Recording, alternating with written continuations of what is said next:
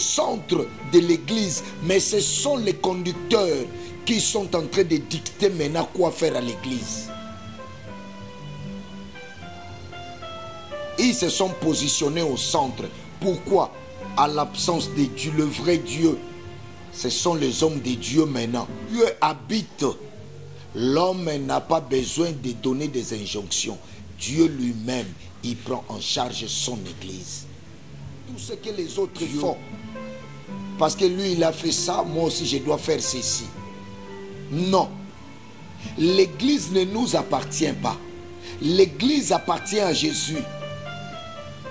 Il est mort pour son église. Frère, homme de Dieu, remettons l'église aux mains de Jésus. Va commencer maintenant à dire ce que vous allez faire. Comment vous devez adorer. Dans nos églises, nous ne voyons plus ces derniers temps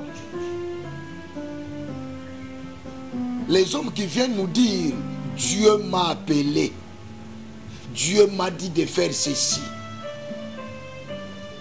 Mais souvent nous sommes devenus des photocopiers, des photocopies, où nous photocopions.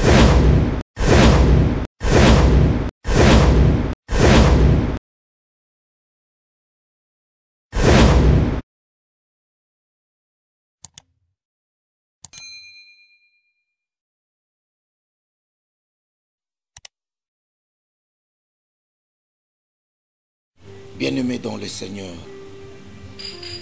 le mot adoration pour la première fois a été prononcé dans le livre de Genèse avec le patriarche Abraham. L'adoration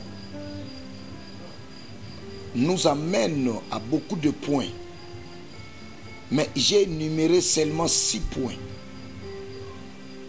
pour faire une bonne adoration qui va t'amener aussi dans la haute spiritualité. Dans ces 6 points, vous devez commencer par l'obéissance. Pour adorer Dieu, tu dois être obéissant. Parce que sous l'adoration, il y aura des choses qui peuvent sortir ou des recommandations. Ça peut être sucré, ça peut être aussi amer. Es-tu prêt de faire ce que le grand adorateur est prêt à te dire de faire? Comme il a dit à Abraham, donne-moi ton unique. Nous tous, nous sommes des parents, nous sommes des responsables. Quand tu souffres de cette histoire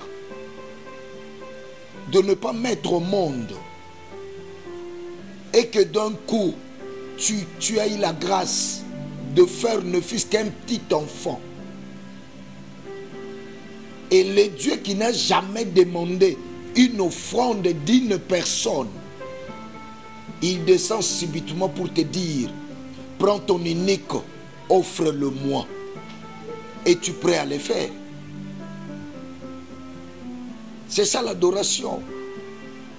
On adore avec tout ce qu'on a. Tes maisons doivent adorer Dieu. Tes voitures doivent adorer Dieu. Ta femme, tes enfants, tout ce que tu possèdes doivent t'accompagner pour faire cet exercice d'adoration. Es-tu prêt à le faire? Et si vous accomplissez toutes ces exigences-là, cette adoration va vous enlever en bas et va vous faire monter les escaliers spirituels.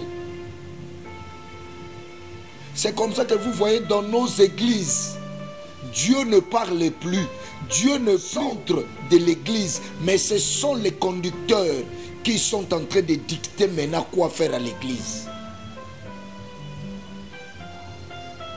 Ils se sont positionnés au centre. Pourquoi? À l'absence de Dieu, le vrai Dieu, ce sont les hommes de Dieu maintenant.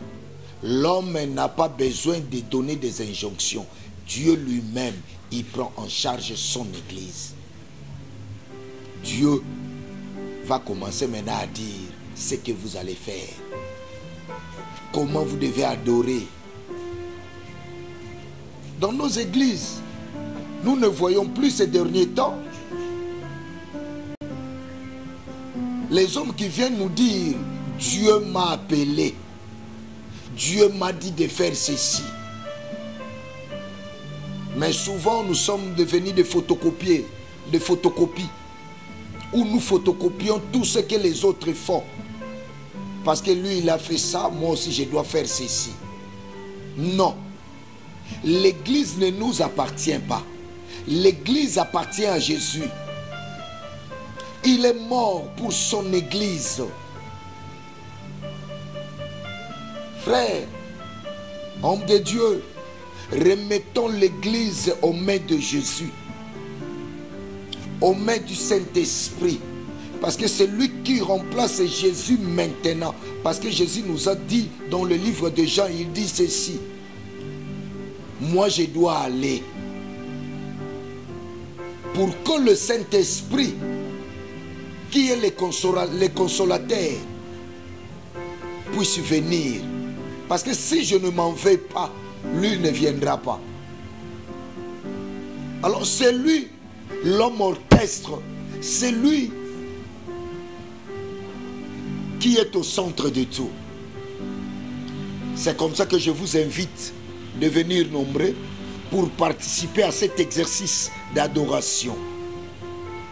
Que le Saint-Esprit puisse nous amener dans la haute montagne d'adoration. Et je sais, il y aura des révélations. Il y aura des choses qui vont tomber. Que Dieu bénisse les Congo. Qu'il donne la paix à l'est de la République. Qu'il donne la sagesse, l'intelligence aux autorités de bien conduire ces pays. Le paradis africain, le paradis du monde, c'est RDC. Nous avons tout ce que nous voyons à l'extérieur du pays. Quand le temps de Dieu viendra au Congo, tout changera. Comme le maréchal, le feu maréchal avait dit, tout va changer, tout doit changer. Soyez bénis au nom de Jésus. Votre humble serviteur, le pasteur Flavien Bokol. Je vous attends ce jour-là. Du 3 jusqu'au 9, à la montagne spirituelle d'adoration. Que Dieu vous bénisse.